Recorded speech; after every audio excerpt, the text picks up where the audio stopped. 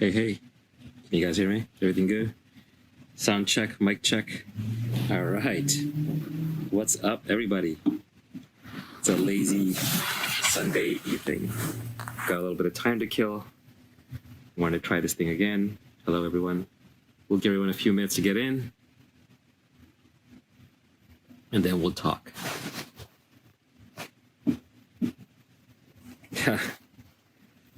I'm not going to take questions just yet. I'm going to let people come in for a little bit. I don't actually have a whole lot to talk about. All I did last time was I just riffed, and people took it very seriously. Hi, Gary. They wrote down a lot of things. I'm not sure why. I'm sure that I'm going to contradict myself repeatedly, say all kinds of stupid things. So this Periscope is for entertainment purposes only. I do not promise to be consistent or even coherent. Everything is just being made up as it goes.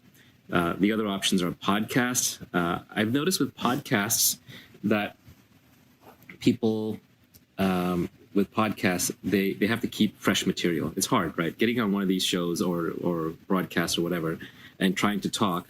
Sorry, I'll talk louder, 7 squared. I need a better microphone. Okay. Getting on these things is hard regularly because you need to talk about something.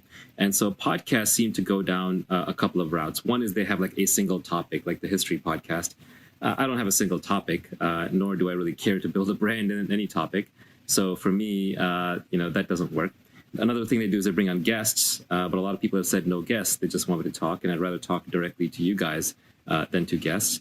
And then the third problem with a podcast is that people make them about current events. But I don't care about current events. Current events are kind of the least interesting thing going on because it's a very temporal knowledge. And I would rather talk about and learn and discuss things that are permanent. So anyway, that's where we are. In terms of microphone, I'm hoping somebody can just do some post-processing and put it up on YouTube because I really like these AirPods. I don't own any Apple stock, but I love Apple AirPods. I think it's the best product they've made since the iPhone. And it's just really easy, very convenient. They fit in my ears well. So, okay, now I think we're ready to take some questions or topics. Please make them intelligent, interesting. And if someone posts something stupid, then unfortunately we will have to kick them out.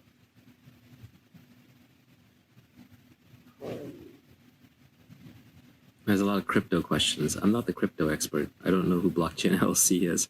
I don't really have an opinion on Tether. I hope it's real and not a scam. Somebody asked, why are tokens inseparable from a blockchain? The way I think about it is, by the way, I'm going to talk about two topics. Let me just back up for a second. I think there are two really interesting topics where maybe I have something to offer just because I started out poor and miserable, and I ended up with some money and ended up relatively happy. And they're actually kind of unrelated. Yes, of course they're related, but they're also unrelated. Money doesn't solve all your problems, but it solves all your money problems. So, it certainly gives you the foundation, but I think that the two things that I've learned over life is I've tried to hack my environment to both make myself more money and also to make me more happy. So those are the kind of two topics that I like to stick to. I think there's a third important thing that you could also learn in life, which is how to be healthy. But I am not the healthiest person I know. There are people out there who are better at that topic. So, one can learn from them. So let me answer the first question. I'll come back to the rest, which was about why do there have to be tokens in a blockchain, in a public blockchain? Well, a public blockchain, what it's basically doing is assembling resources from anonymous distributed actors all over the world. And it's basically making sure those resources are being provided and people can consume those resources. So it's a governance network for distributed resources. And somebody has to keep track of who's providing the resources, who's doing the work, and who's consuming the resources. And so when you do that, you essentially have a ledger entry of credits and debits, and that automatically creates a currency. So in my mind, public blockchains do involve currencies. I'm sure there are exceptions, but they're probably very pathological. Okay, Preston Byrne, Marble Wave. Hey, Preston. Preston's going to keep me honest. There's a lawyer online now, so I can't say anything more about tokens. Haha. Do I have any opinion on the ketogenic diet? It seems really difficult to follow. It makes sense that the brain and the body would have a backup mechanism for example, the ice ages when humans evolved, but there weren't a lot of plants available. But at the same time, it's, we've been eating plants for thousands of years. So I don't agree with my good friend Zuko. I don't think plants are bad for you, but something closer to the paleo diet is probably correct. Ketogenic just seems very artificial. It may have specific therapeutic benefits in certain circumstances. It's always worth trying, and it's worth doing ketogenic just to see how the brain and the body process sugar and fat. And I think the interplay between sugar and fat is really interesting. Fat is what makes you satiated, fat in your diet. So when you eat fatty foods, that's what makes you feel like, oh, I'm getting full. And the easiest way to do that is go on a ketogenic diet where you're eating like tons of bacon all the time, and you're going to feel almost nauseous at the end where you don't want to look at the fat anymore. But sugar, by the way, makes you hungry. So sugar basically signals to your body, oh, there's like this incredible food resource in the environment that we're not evolved for. And so you rush out to get sugar. And the problem is that the sugar effect dominates the fat effect. So if you eat a fatty meal and you throw some sugar in, then the sugar is going to deliver the hunger and the fat's going to deliver the calories, and you're just going to binge. So that's why all desserts are actually large combinations of fat and carbs together.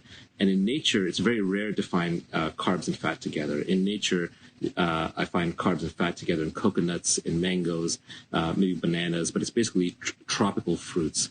But it's the combination of sugar and fat together that is really deadly. And so you got to watch out for that in your diet. I mean, diet and nutrition is another thing. Like, I'm not an expert, and the problem is, diet and nutrition is like politics. Everybody thinks they're an expert. Their identity is wrapped up in it because what they've been eating, what they think they should be eating, is obviously the correct answer. Everybody has a little religion there, so it's a very difficult topic to talk about. But I will just say in general that any sensible diet that works avoids the combination of sugar and fat together. So if you look at the low-calorie diets, they're basically trying to avoid fat because it delivers the calories. Now you're always hungry, but you're not getting many calories on the low-calorie diet.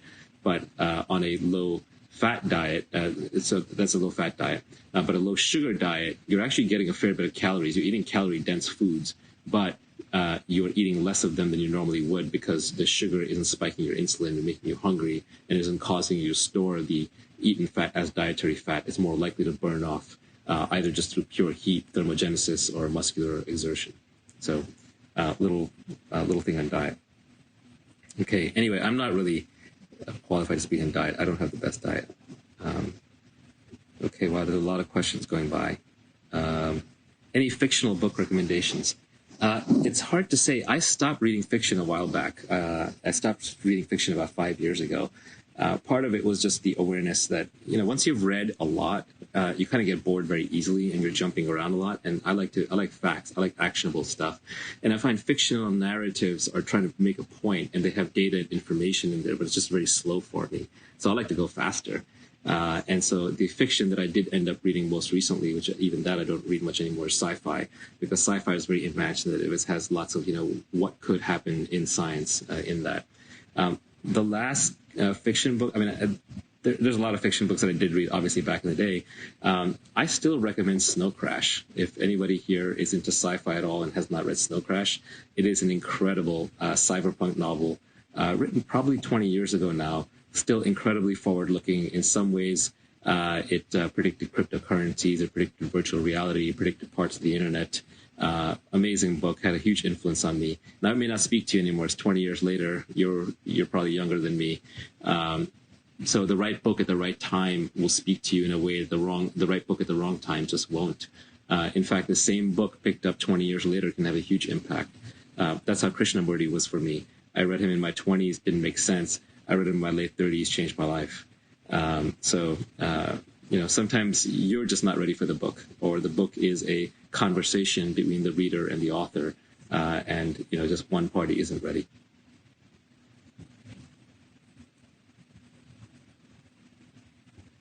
People are asking me about my status elites tweet. I've been thinking a lot about status versus wealth recently. And the reason I've been thinking about status versus wealth is because I think deep down, all of us want to be free. Everybody wants to be free. Nobody wants to be told what to do or how to live their life according to anybody else. And one of the easiest path to their freedom to get rid of a certain set of troubles, to get rid of the money problems is money. So even though, most people will say they're above it or they don't need it or it's not part of happiness, I don't think the world would be a worse place if we made everybody richer. And I don't mean in the sense that we double the money in their bank accounts. That's just a nominal thing. But I mean like a real thing. Like if everybody had a, nicer house and we could make it environmentally conscious, and everybody had a nicer car and we could make an electric car, and everybody had, enough food on the table, and everybody had reliable, high quality internet and bandwidth, whatever they had, if they had 2x of it, the world would be a better place. I don't think the world would be a worse place. So I think overall, making everybody richer, and I'm not even talking about socialism, I'm not talking about redistribution. I'm just saying everybody richer would be a good thing. And wealth is a positive sum game. The reason businesses work, the reason Silicon Valley works is because we can get together, create a product or service, and create more value and more wealth than before we found it. So this positive sum game of capitalism, I think, gets a bad rap. And so I don't think there's anything wrong with wanting to be wealthy.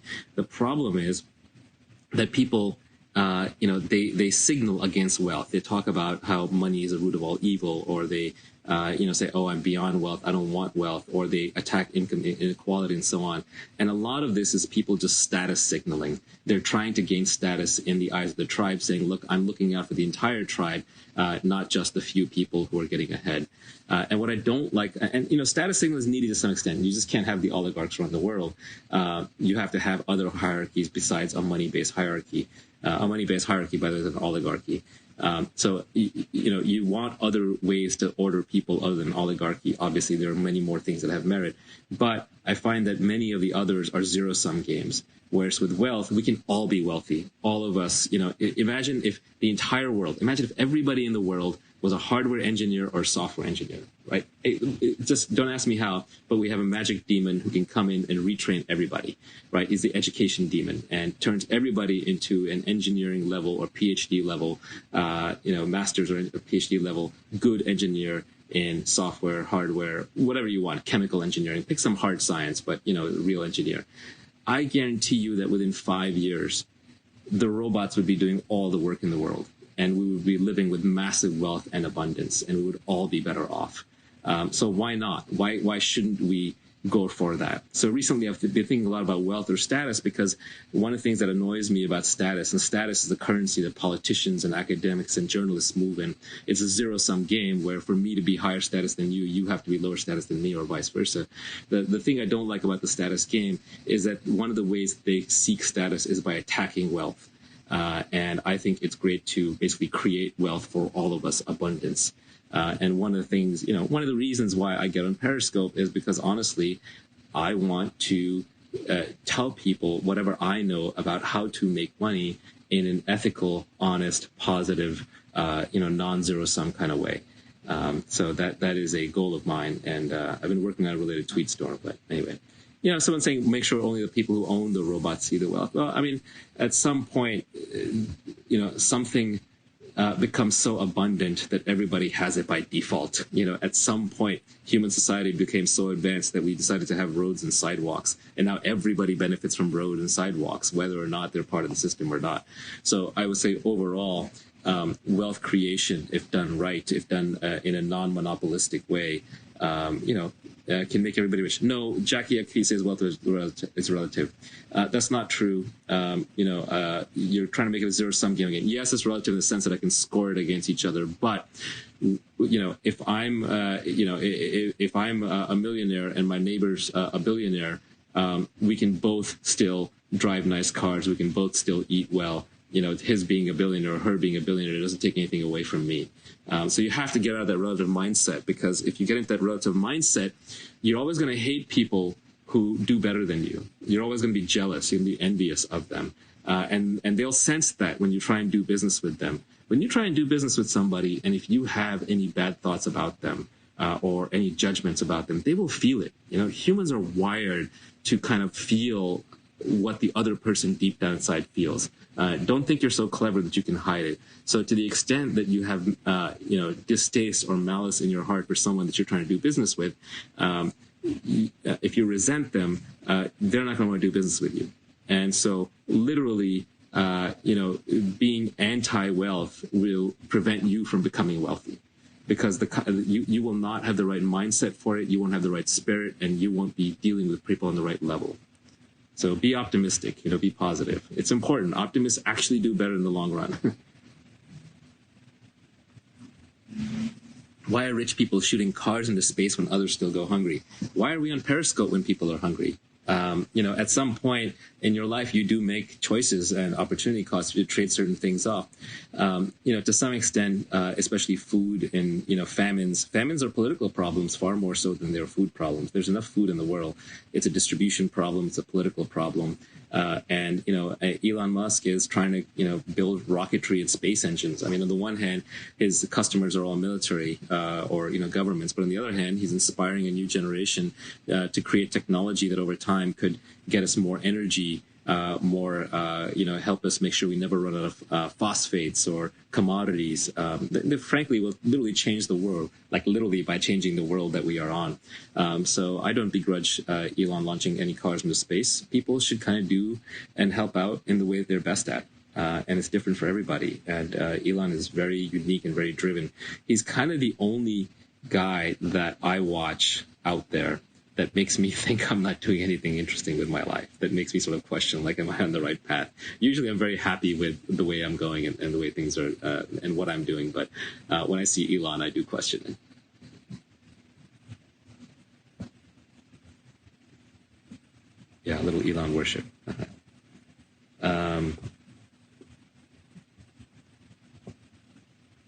Look, we can already feed all the people out there. To the person who keeps asking about why we can't feed all the people, we can actually feed no one's starving because of lack of food. It's because of distribution. It's because of politics. It's because of war. It's because warlords use food as a weapon. It is incredibly rare for someone to starve. And in the United States, it's nonsense. I grew up incredibly poor. I mean, we basically could not starve. The U.S. social safety net does not let you fall to that level. It has many flaws, but that is not one of them.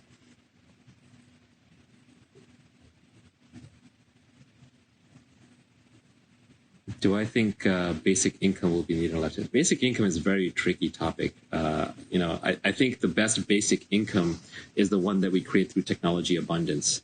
So everybody has electricity, everybody gets basic education, everybody gets universal health care. Those are basic abundance through delivered goods. The moment you start delivering people money, because money is a universal adapter, you can turn it into anything, then people always want more. There's sort of an insatiable desire for it. And I just fear that a basic income plus a direct democracy would essentially lead to a complete economic collapse into socialism, because the moment that the bottom 51% figures out they can vote themselves all the money from the top 49%, that's what happens. And it's logical. I would do the exact same thing if I were in their shoes. I would just vote for higher and higher and higher basic income. So I think the sentiment is good, but I think the execution is flawed. There's also a dystopian side of it where the people who are providing the basic income then agree to do it, but grudgingly they take away the rights to vote and sort of the rights from the people who are receiving basic income. You create a permanent underclass. And at the end of the day, I think, people want to work. People want to be useful. People want to express themselves. You're on this earth. You're an animal. You have capabilities. You're unique. Your DNA is unique. Your outlook is unique. Your capabilities are unique. Nobody wants to feel useless and just fed. People want to do things. People want to make a difference. So rather than basic income, I would rather plow all of that effort into education and opportunities for people. And creating technology-enabled abundance through robots and machines and factories and automation that we can provide all the basics of life for free or near free. And to do that, we got to get humans out of it, right? If you look at the parts of the parts that are exploding in cost in the economy versus the ones that aren't, it's just how much humans are still involved versus automation. So automation is a good thing. Turn the setup around, your face is too dark. I'm trying to mind this better.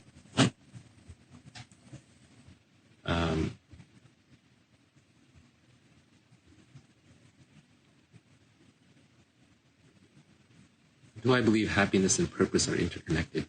Happiness is such an overloaded word. I'm not even sure what it means. I think that peace and purpose kind of don't go together. for me these days, happiness is more about peace than it is about joy. So in that sense, I think a purpose can be a little misleading. If it's your internal purpose, if it's your moment to moment, that's what you most want to do, then sure, you'll be happy doing it. But if it's sort of this externally inflicted purpose, like society wants me to do X, or I am the first son of this, so I should do Y, or I have this debt or burden that I took on, then I don't think that's going to make you happy.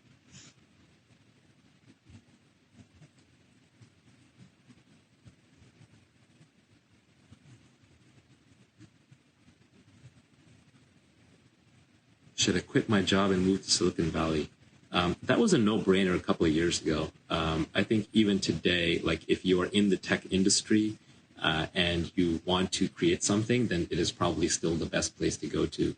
That said, the emergence of the blockchain revolution, ICOs, internet, plus much better video conferencing tools, Slack, and sort of this permanent nomadic class of tech travelers, I think makes it possible now to do startups from more locations and to be in the tech industry from more locations than just Silicon Valley. But I'm still waiting to see the full flattening. That might take decades or more.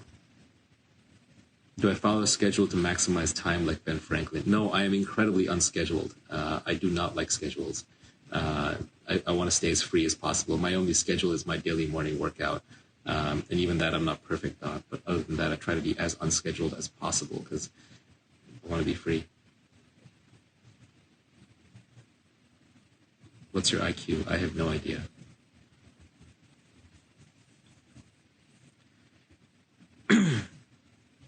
Why am I doing this? I was bored.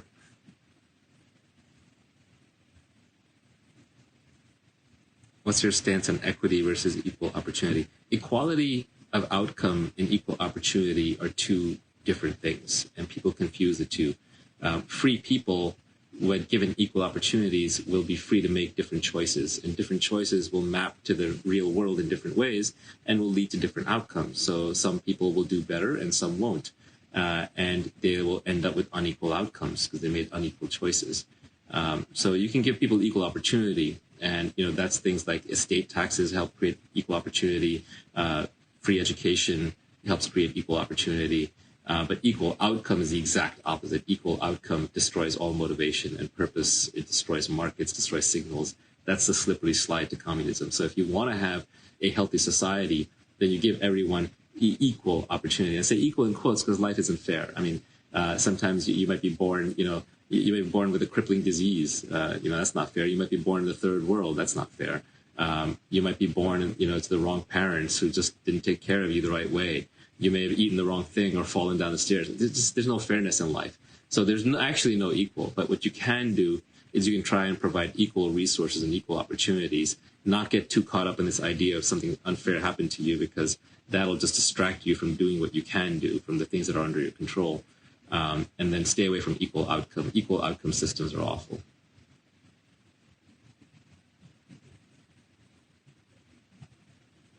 Why am I not active on Instagram? Because I want to talk to smart people and I want to learn things. And Instagram is far more about image and appearance. It's a social network for people who are, I think, very image-driven. I'm very word-driven. How would I fix student loan debt? Well, I think the total endowment of all the universities in the United States is somewhere over $1 trillion. It might be like 1.2, 1.4. And I think the entire student loan debt is around $1.2 trillion. So the universities can actually solve the student loan debt problem. They can forgive it. I think the problem is we're overeducated in weird ways and we're miseducated. So we have this legacy idea that the only way to be properly educated as university. A university is much more about filtering smart people out of the noise and then credentialing them, stamping them so an employer can say, oh yeah, this person went to a good university, they're probably pretty smart. They kind of get acceptance into being an elite class. The aristocracy of the United States, the people who went to good schools versus people who didn't. They just have very different outcomes in life from that moment on. And then you just have to pay a lot of money for that credential stamp. And if you're a poor kid, maybe you're lucky you get a scholarship and you end up in debt. So I think that whole system is pretty broken. We have to separate credentialing long-term from education. Filtering, credentialing, education are different things. So anyone should be able to take a test that proves that they're good enough and get a stamp. It doesn't matter whether they went to Harvard or they went to their local school or they didn't go to school. So you need that kind of a system to emerge, and that'll start breaking the university problem. Also, the federal government is underwriting student loans regardless of the earning power of that graduate down the road. So even though I started out as an English and history major and I love those topics, I don't think the government should have been subsidizing my degree in English and history, because I probably would not have been able to pay my student loans back. In fact, they should have been encouraging me a little bit to at least pick up something vocational for my own sake and also for the sake of the taxpayers to sort of balance that bill out. So I could see some combination of a tax on university endowments combined with a student loan forgiveness program, combined with, hey, we're not going to fund you anymore for things that are never going to be able to be repaid. So there's a different funding level based on what you choose to do in the future. And student loans should probably be dischargeable in bankruptcy. Otherwise, you end up in some kind of a debt slavery situation. I'm sure there were lobbyists behind that one.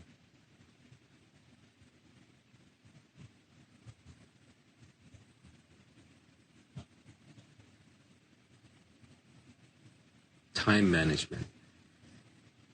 Yeah. I think one of the most, a great goal in life would be to not have to be in a given place at a given time. That is a recent vector that I'm trying to work towards. Obviously, it's not fully realistic. You have meetings and stuff, but at a even more basic level, you have a job, right? Most of us have jobs. We got to go in a certain time of the day and can't come back to a certain time. And somebody else is telling us what to do all day long. And I think it's really worth, whenever you can in life, if you have the choice, optimizing for independence rather than optimizing for pay.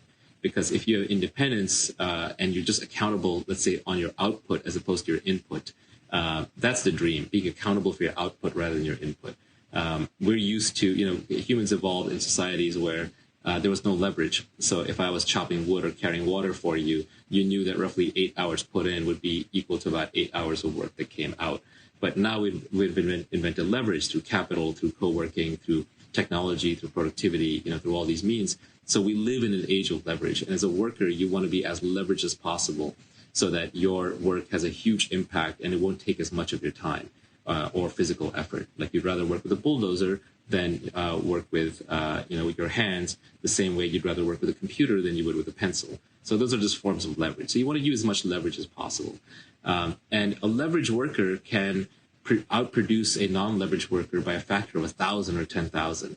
And with a leverage worker, the choice of how they make the decision is far more important. Their judgment is far more important than how much time they put in or how hard they worked. So, for example, a good software engineer, just by writing the right little piece of code and creating the right little application, can literally create $500 million worth of value for a company.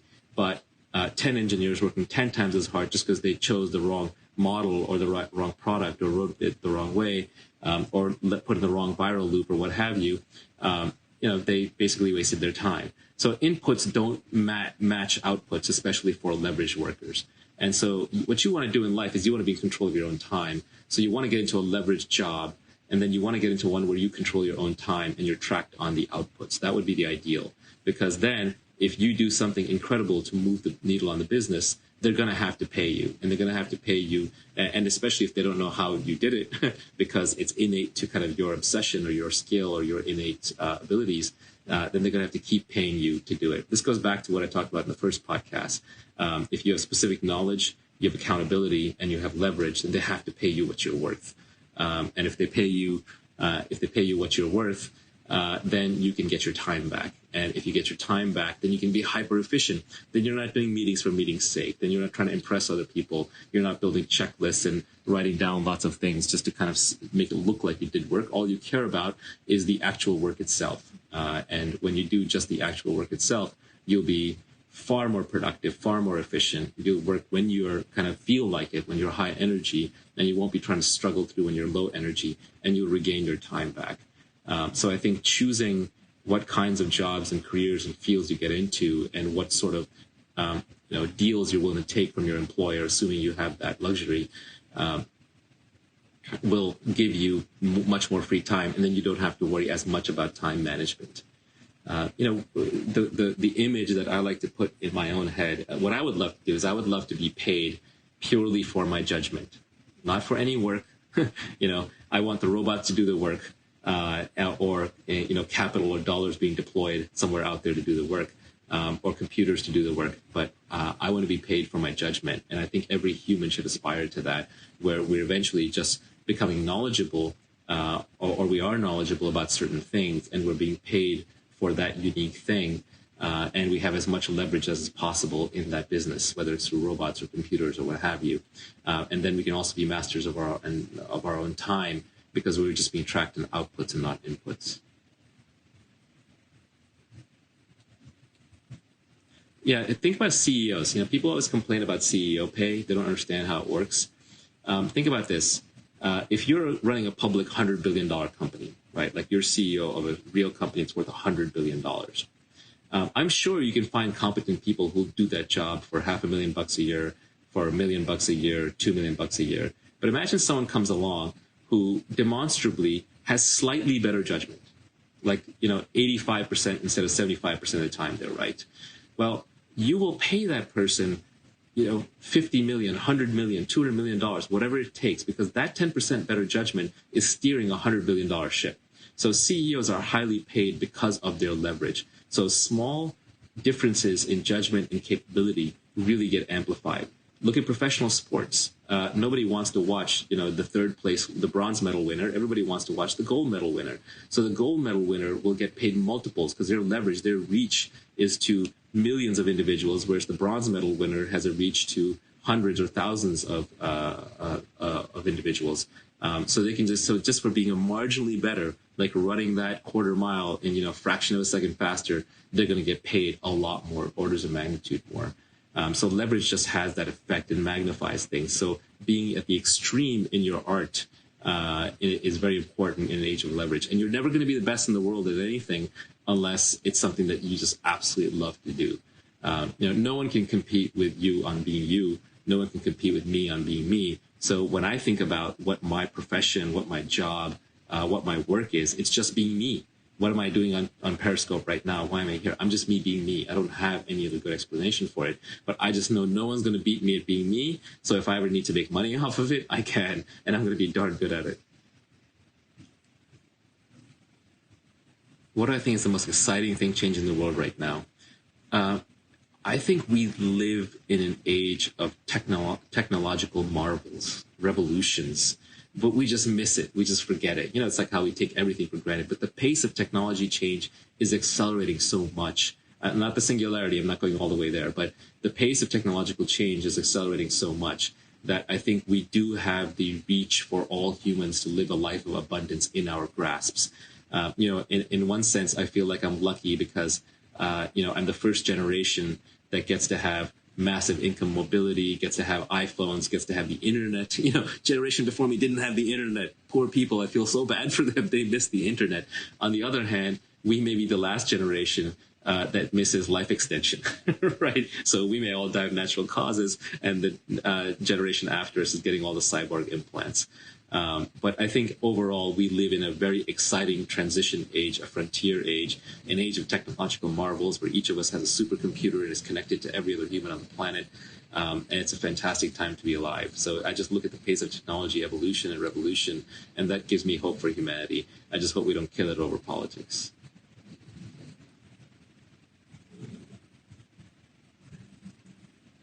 Do I fear death? I don't think anybody can have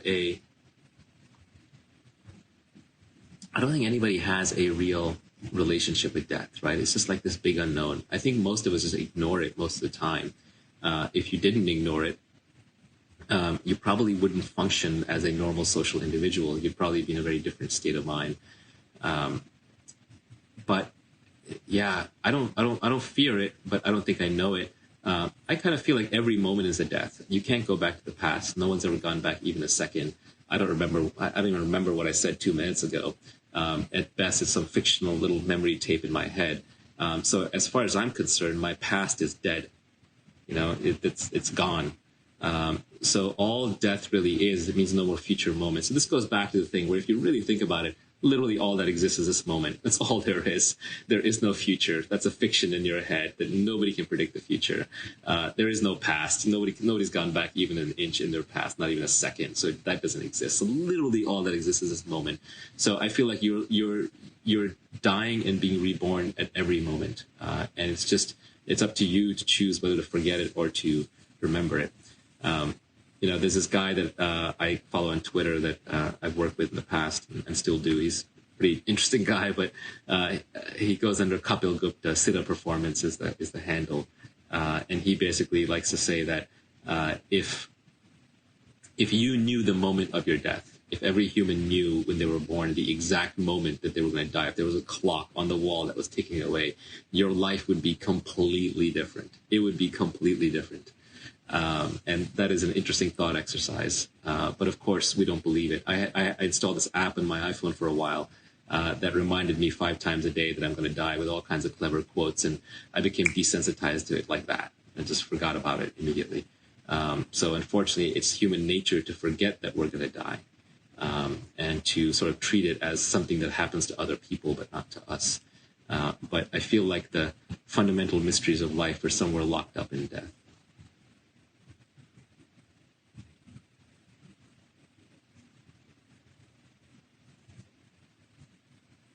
What's the purpose of building a business?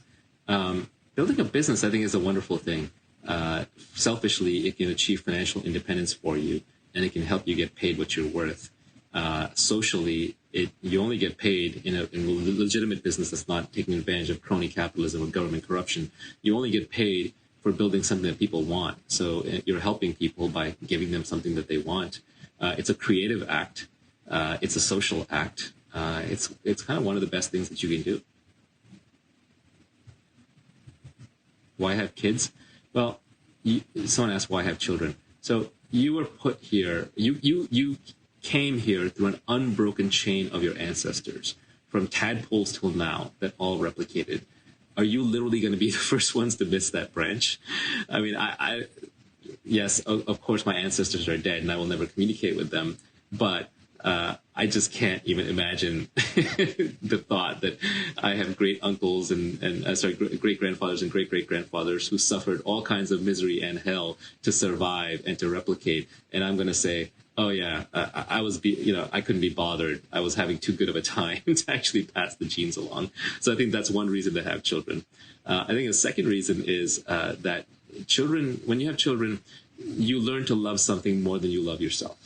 And you can talk about that all day long, but you've never had that feeling until you've had a child.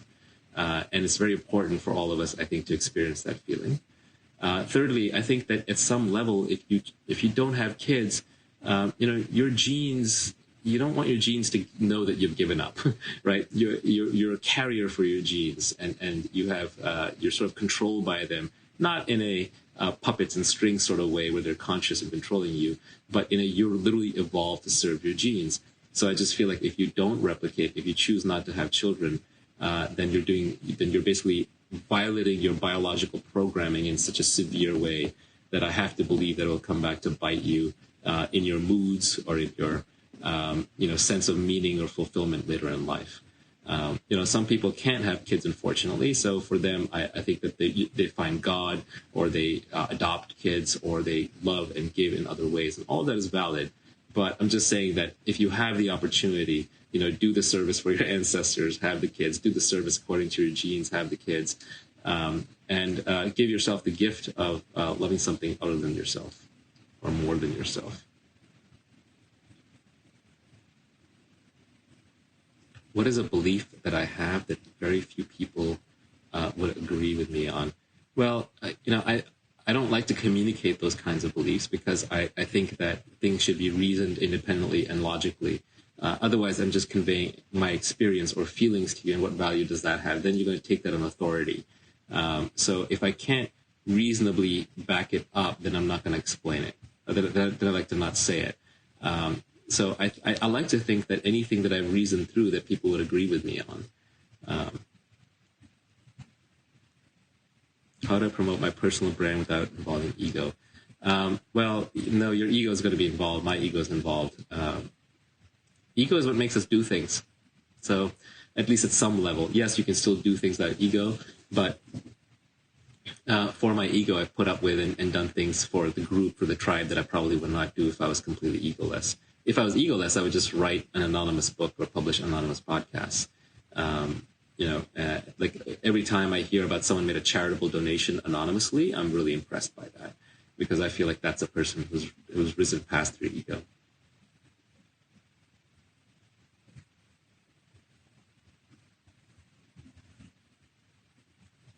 The white thing I have in my hand is the AirPod case. I'm just fiddling with it. Will AI take over the accounting industry? I would guess probably, yeah. And AI, forget AI. We don't need to talk about AI, because AI, general AI, the Skynet Terminator style, the one who can sit here and talk like me, is really far off. I think people exaggerate that. Automation, on the other hand, is a real thing. We're constantly automating things, and the internet is automating more and more things. So will accounting be automated? I would say like 90% of accounting will be automated. All the mechanical stuff, all the tracking stuff. But that's fine, because what will happen then is the 10% remaining that's creative will probably increase in size, first of all, because there'll be more time for it. People will demand more of it. And I know creative accounting is a bad thing, but there is creativity in accounting like there is in almost any discipline when you go deep enough. And I think it will also create more related industries next to it, as those people who are in accounting can use those skills to maybe do other new or better, higher paying things. But there is a retraining period and there's a pain period in between. So you always want to stay fresh. You always want to stay forward looking. You always want to stay learning in the learning mode. One of the biggest problems I think I have with the educational system is that when people graduate college, they stop learning, or they think they should stop learning. They've just been, it's not their fault. It's just they've been told every year, every month, read this, do this homework, do that subject, now cover this. And they've been given huge swaths of free time. And then all of a sudden, all that time is taken away. And very traumatically, you're thrown into the workforce and said, now get up in the morning, be at work by 8 a.m. You can't leave your desk till 6 or 7 p.m. You got to grind on this, even if you think it's nonsense, if you're not learning anything. So then the work environment spends a lot of time beating your love of learning out of you. And not that you ever had the love of learning, because in school it was an autopilot. So I think what's really important is to develop a love of learning. That is more important than anything else. And it's more important than what you learn. It's more important than what school you go to, and it's more important than what job you have. Keeping your intellectual curiosity alive is really important. And the only way that's going to happen is if you learn what you love, if you read what you love, if you do what you love. The moment you are doing it because somebody else is telling you to do it, or society is telling you to do it, you're just not going to stick with it. But the good news is that even if what you're learning to love, even if what you're learning is impractical, I still think it'll pay off in the long run, economically. And the reason is because eventually you just get good at learning. And so then you learn new things. So if you like to read, you'll read new things. If you watch podcasts, even if they're fluffy podcasts that you're not getting much learning out of, over time, you'll just find yourself listening to more and more podcasts. You'll get bored of the same old topics and you'll move to something new. So just keeping that intellectual curiosity alive is far more important for your economic and intellectual well-being than it is to learn something that you frankly don't want to learn. If you're struggling through a subject, and unless you need it for graduation, drop it. Go learn something that you want to learn.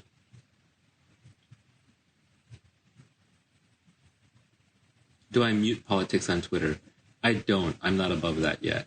I find politics highly entertaining, right? But I try to watch it a little more detached. I try not to get emotionally involved. But it's hard. Like just very recently, right before getting on this Periscope, I put out a tweet about Wired wrote an article that's starting to make the case against the First Amendment and wants to basically says we should start having a discussion around censorship. And I just think that's bullshit. The one thing that is not up for debate is the right to debate. The one subject that I get really passionate about is free speech, because there's a reason why it's the First Amendment to the Bill of Rights and not number 9. All the other rights derive from and are protected by the freedom of speech. If you don't have freedom of speech, you don't have anything. And these people who want to say, well, let's just have the dialogue about censorship, that is a slippery slope to hell. That is the kind of thing that would make me then fall back on the Second Amendment and get a gun and go into the hills, because I think it's that strong of a thing that you can literally have a slide from free society into an autocratic society without free speech. Free speech is fundamental. And people say that, oh yeah, it's not. It is limited in some cases. It's not. Free speech is not the thing that's limited. What's limited is actually creating a threatening environment for other people. So it's the actions of your speech that you can still be held accountable for. The actions that come out of them, but the speech itself should not be limited. And I think that people like Wired, who are starting to advocate for mechanisms to censor people, I would say, well, then, if you really want to stress test a censorship system, what you should do is you should design it, you should build it, and then you should hand it over to your worst enemy and let them run it on you for the next 10 years. And, if that still gives you the outcome you want, then it's fine. But I think what you'll find is that, creating any mechanism for censorship is basically just creating the perfect weapon for the next dictator to take over. And whether you hate Trump or whether you hate Bernie, you give them those kinds of powers and mechanisms. If they can muzzle speech, there's nothing they can't do. I think I'm going to have to hop off pretty soon. I'm running out of time. I will do one last question, and then I will bid you all farewell.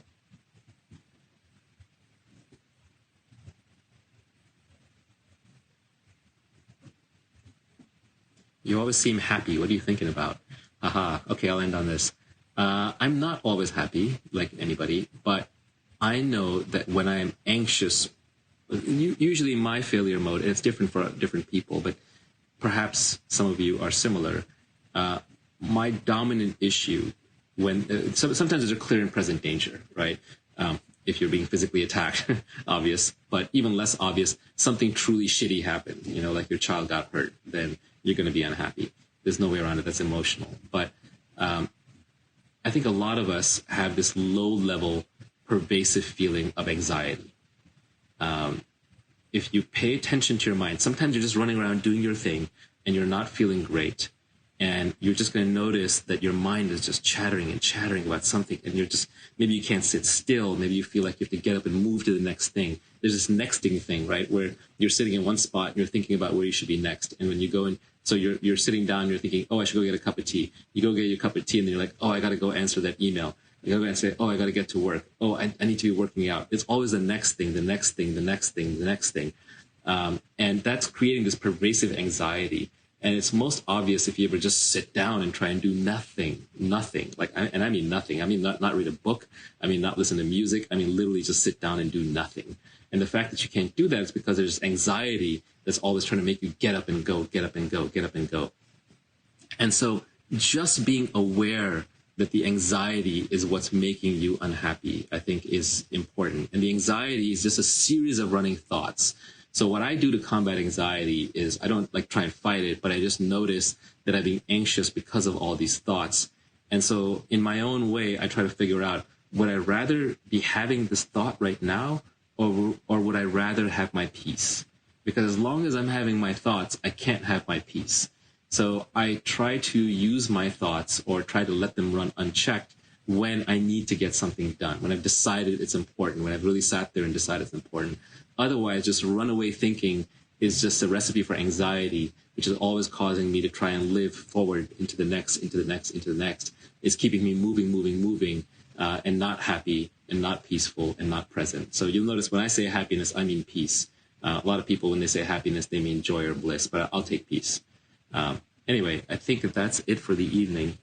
Thank you all for joining. Please don't try and take any lines out of context and crucify me on Twitter, because there's a lot of angry mobs running around Twitter this year. And hope that all of you are having great lives and end up well.